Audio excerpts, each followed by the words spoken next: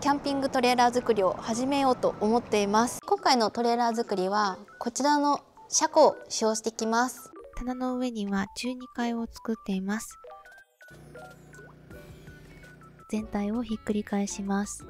トレーラーの一番下、外側になる部分を作っていきます。皆さんこんにちは、さおりです。はい、今ね札幌から帯広に帰っている途中なんですけど、もう12月も終わるということで、そろそろキャンピングトレーラー作りを始めようと思っています。ということでこちらがトレーラーの土台になるシャンシと呼ばれる部分です。この上に自分たちが過ごす空間を作っていきます。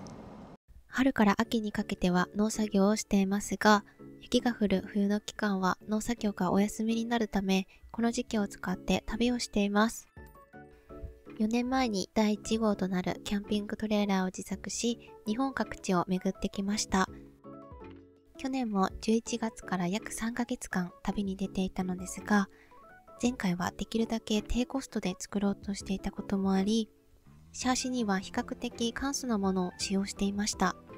そのためもともと重いものを積んで何万キロも走ることを想定した作りではなかったのですが、北海道1周と日本2周、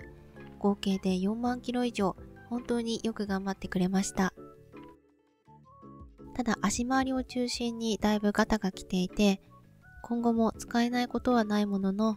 いつ限界が来てもおかしくない状態になってきました。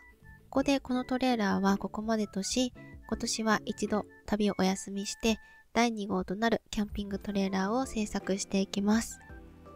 ということでこちらのトレーラーなんですけど、全長が 6.4 メートルで横幅が 2.4 メートルあります。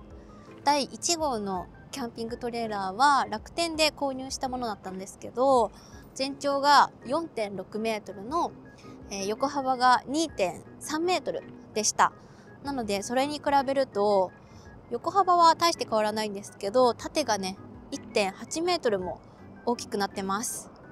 ちなみに今回は楽天とかネットではなくて、トレーラーハウスを扱っている専門店の方から購入をしています。なのでね、だいぶ同じシャーシではあるんですけど、見た目がすごくしっかりしている感じです。トレーラーの使われている鉄骨自体も前よりもしっかりして頑丈なんですけど、タイヤも前回は一軸タイプのものを使用してました。一軸だとタイヤがね左右に1個ずつなので、結構こう前後バランスがシビアだったんですけど、今回は二軸のタイプということで安定性も良くなってます。ということでとりあえず帯広へ帰ります。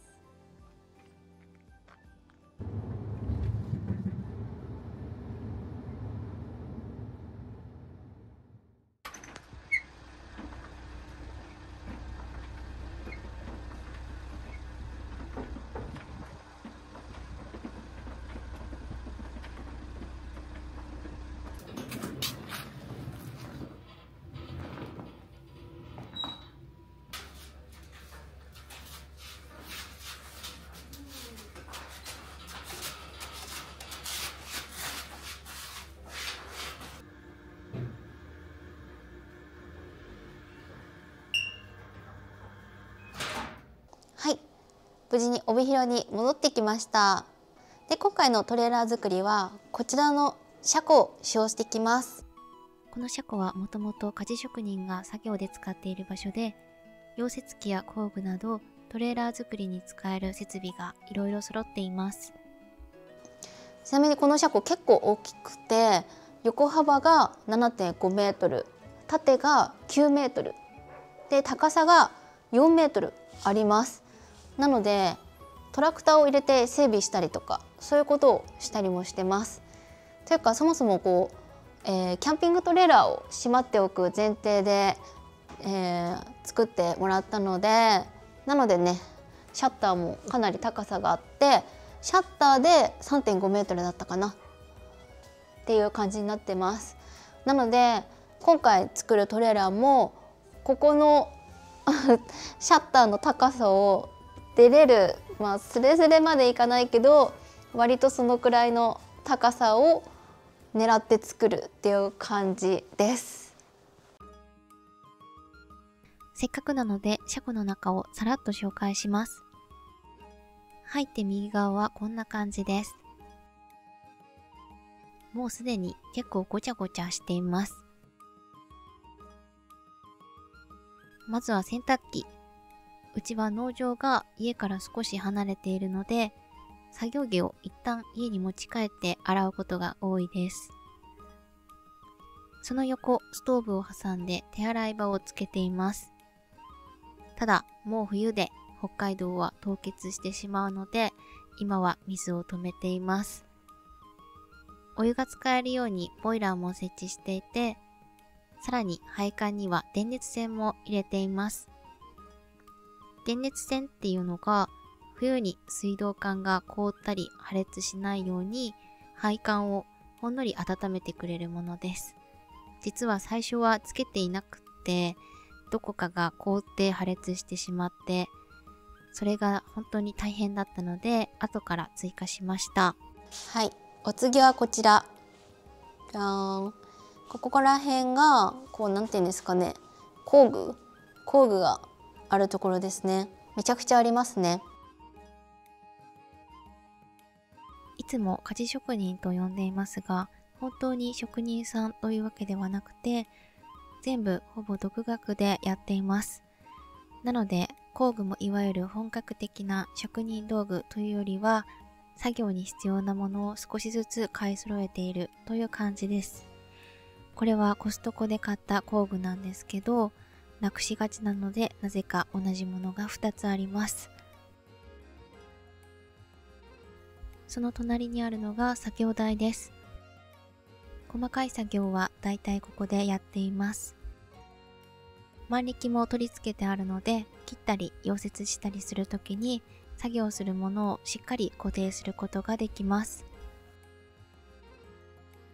壁にはペンチとかメガネレンチとかちょっとした工具が引っ掛けてあります。最近新しくしたこれは溶接の帽子ですね。溶接の帽子。溶接のこの帽子ってただの帽子じゃなくて、なんかちゃんと設定してなんていうんですかね、電池を入れて動くみたいですね。知らなかったです。作業台の下には電動工具をまとめておいています。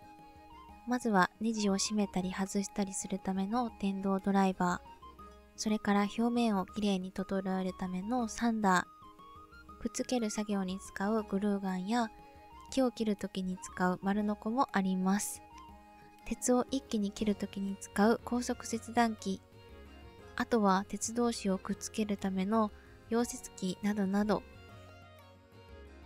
このあたりは正直私はあまり得意ではなくて、キャンピングトレーラー作りもどちらかというと見守り担当です。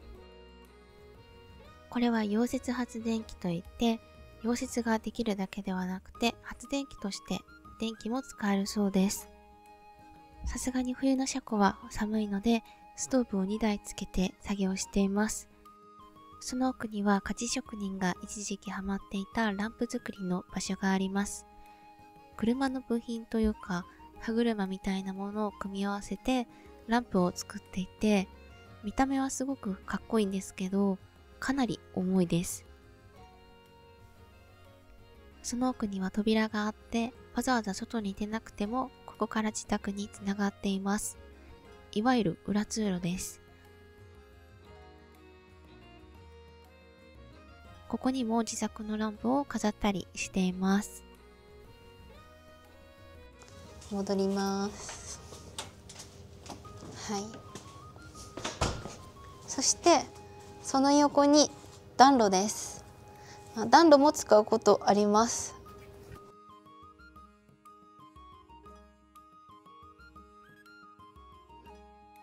ここら辺は車の部品だったりなんかいろいろですね。よくわかりません。棚の上には中2階を作っています。この下の棚がもともとタイヤラックなんですね。なのですごく頑丈で、その上に作りました。上はちょっとした休憩スペースだったり、最近あまり使っていないルーフテントを置いたりしています。今回持ってきたシャーシがかなり場所を取るので、12階を作ったおかげで下がだいぶ広くなりました。そしてこちらが塗装コーナーです。うちはもうとにかく黒一択って感じで、物置も黒く塗ったり、何かしら塗装することがあります。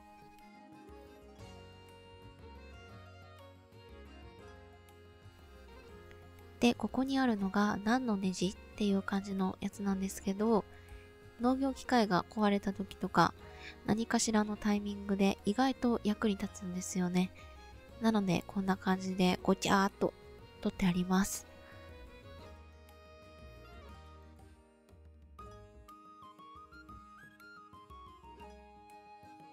入って左側はこんな感じです。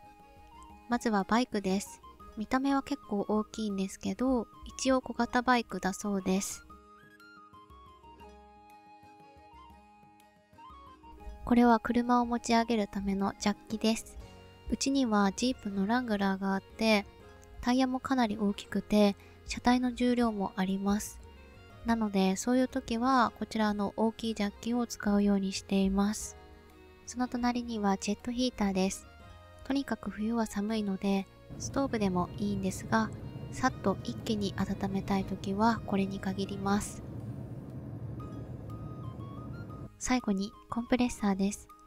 インパクトを使ったり、タイヤの空気を入れたり、ホコリを飛ばしたりといろんなことに使えます。すごく便利なんですが、本体が大きい分、ホースを交換する時のプシュって音の威力がすごくて、毎回ビビります。こんな感じでね、それなりにいろいろなものが揃っていて、この車庫ではねトレーラー作りだけではなくて普段の整備作業も行ってます。今回ね札幌からハイエースで持ってきたんですけど、このトレーラーを引っ張るメインは、ジープのラングラーという車なんですよ。これまでねずっとそのラングラーを使用していて、すごい馬力があるのでね牽引するのにはめちゃくちゃ頼れる車なんですけど、正直なところ日本車に比べると故障したり不具合が出やすかったりする車なので、そういったのを修理したりとかパーツとかをね自分で作ったりもしてます。他にもねトラクターの整備や修理もここで行います。定位が高くてねスペースもかなり広いので、いろいろなね作業に使えるのがここの車庫のいいところです。そしたらねやっとこのトレーラー作りを始めていきます。まずは材料を運んでいきますね。まずは鉄骨と木材を使ってトレーラーの枠組みと床の部分を作っていきます。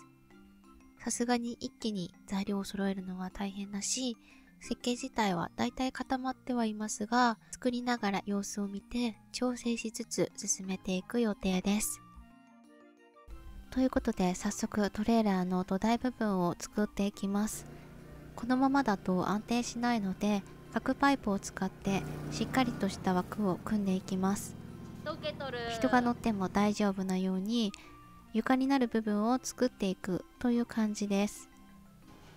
まずは仮止めをして外枠を組み、その後中にも角パイプを入れて、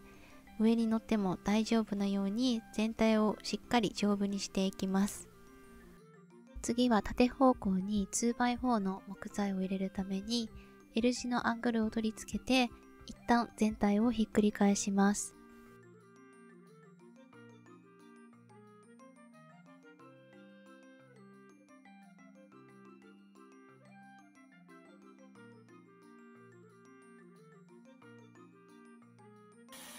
ひっくり返して L 字のアングルに 2x4 の木材を固定していきます。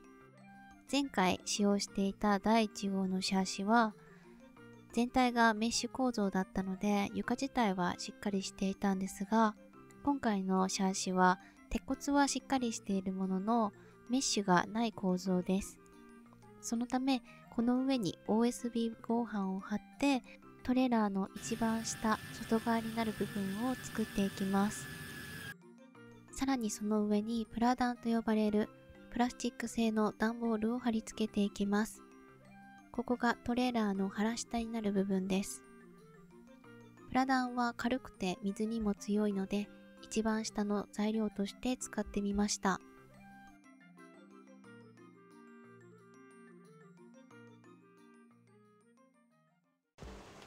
とりあえずこの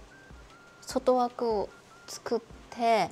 OSB 合板貼って今、ひっくり返して戻したっていう感じです。なのでこの後またこの鉄骨を固定して今度はね縦の柱を作っていきます。今回は車庫の紹介がメインになったんですけど、こんな感じでキャンピングトレーラー作りが始まりました。またねこの組み上がっている様子をお届けできたらなと思います。最後までご視聴いただきありがとうございました。バイバーイ。